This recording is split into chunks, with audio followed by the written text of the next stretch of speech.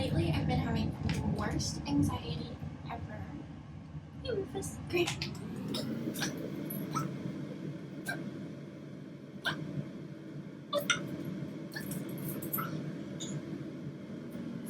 Rufus had a stomachache, and I panicked to need him an appointment for that, which I'm glad that I did. But like literally when stuff like important stuff happens and I don't know exactly what to do, I feel horrible about myself, and I like start feeling like so much shame, like, you know, oh, I should know how to do this, and if it were someone else, like, she would be in much better hands, blah blah blah. But I took him to the vet and they got him some medicine and I do feel better. But I just feel like the FBI is constantly haunting me. Like, that's how high my anxiety levels are all the time. And like, I've tried so many different things, and sometimes it's lower, sometimes it's worse. But I feel like there's like nothing that will ever make it go away completely. So yeah. But like, life in general is so good too. Honestly, maybe if I were rich, like, people say that money can't buy happiness, but maybe it could buy like a cure to my anxiety, because I do feel like a lot of my anxiety is revolved around like, oh, am I gonna be homeless one day? Like, what if I can't afford medical care and I get cancer? Shit like that keeps me up at night. And it's also hard because like finances, like spending money does kind of make me a little happy sometimes, you know, like when I want something I want to be able to get, and it sucks when you feel like you have to save constantly because like you're like one medical bill away from being on the streets essentially.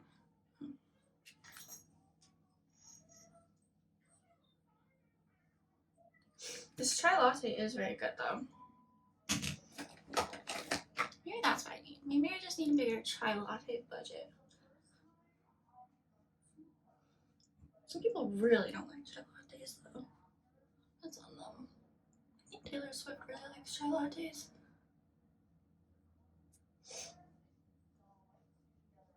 I also think all the time about death, and you know, like all the people that have already died, and you know how I'm gonna die one day, which like the thought of me dying isn't what bothers me. Like, I don't want to live forever. I just want to be able to like see the people who I love again.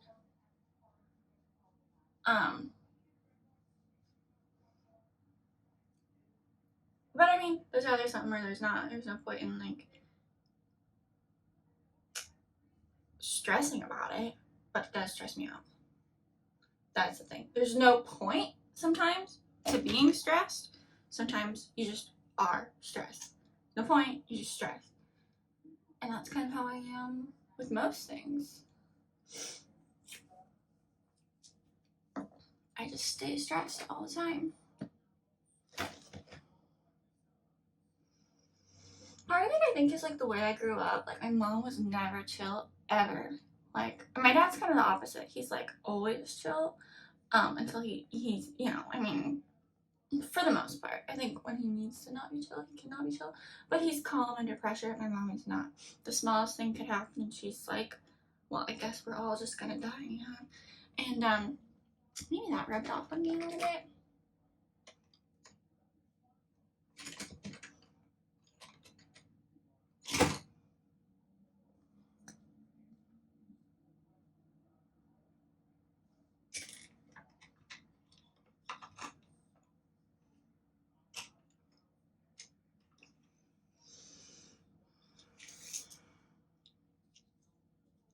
Me and my friend were talking about like our issues with boundaries. Not that we have an issue with like other people's boundaries, but we have an issue acknowledging our own boundaries. And so we always end up in these really kooky situations. Like, my friend ended up joining a cult because, you know, they didn't want to make people feel bad or whatever.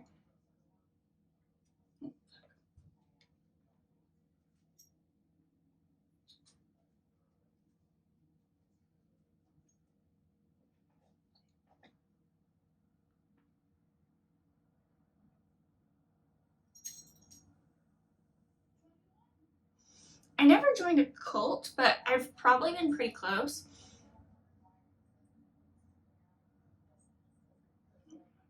It's not working. I also have no sense of danger. Like, I just kind of, I'm like, all right, well, everything will work out. And then all of a sudden it's like, oof, lucky I didn't make it out of that one. But on the topic of boundaries, you know, I think I also feel like I remember growing up and like my boundaries were never respected. So it's like hard to start enforcing boundaries now because I never grew up practicing that. And I also feel like if you grow up a little abnormal, you're like, well, you really struggle with what to tolerate and what not to tolerate.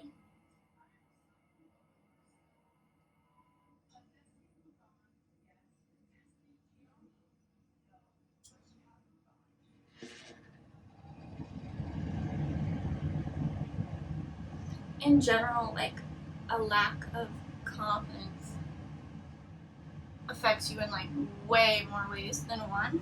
And it's something I'm working on. Like I'm working on establishing my boundaries more early on. Because I realized that can be the issue sometimes. Where I just never established a boundary, and then when I try to start, the people, you know, around me are kind of like, well, why is everything changing? I don't like this either. And then you figure out that you're not compatible with a lot of people, and that moving forward, if you want to honor your own comfort and your own boundaries, you have to kind of disengage with a lot of people. And that's scary because you want to keep people that you love around.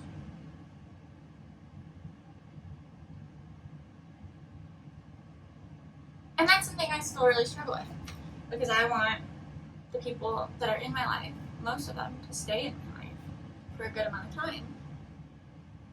And I've never been good at letting people go, except my mom.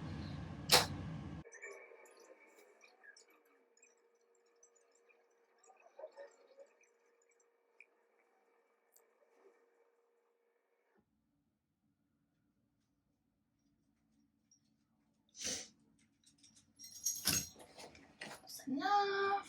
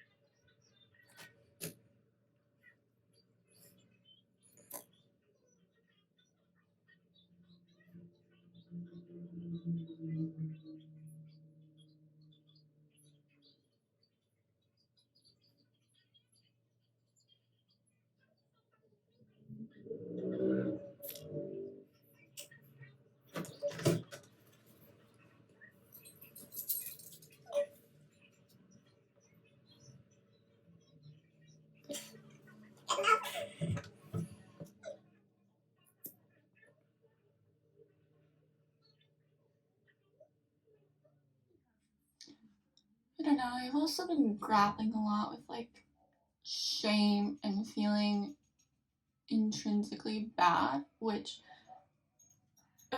is counterintuitive to my actual beliefs, which is that nobody's bad, no one's really good either. We just have good and bad actions. That's up to each person to decide what they are.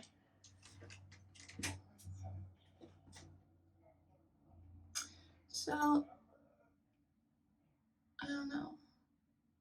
It's weird because you can view yourself one way and view the world completely different.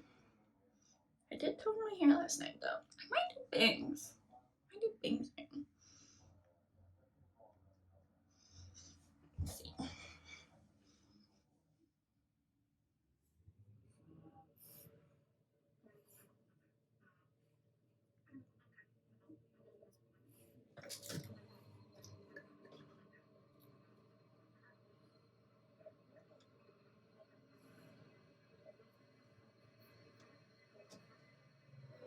Which I cut myself. Not I cut myself. I cut my own bangs.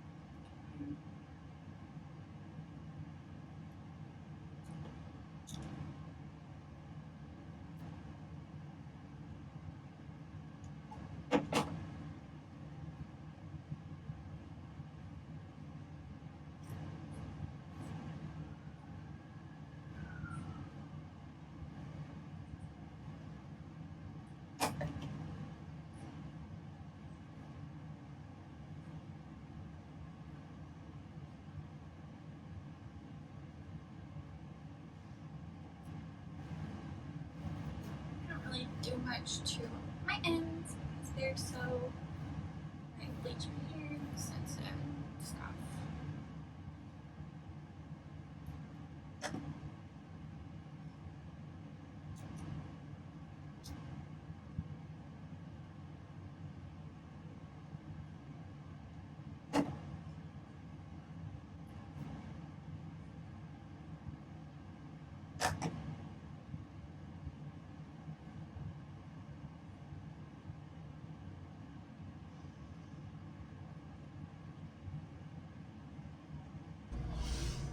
Got home and I got this cute Hello Kitty mug,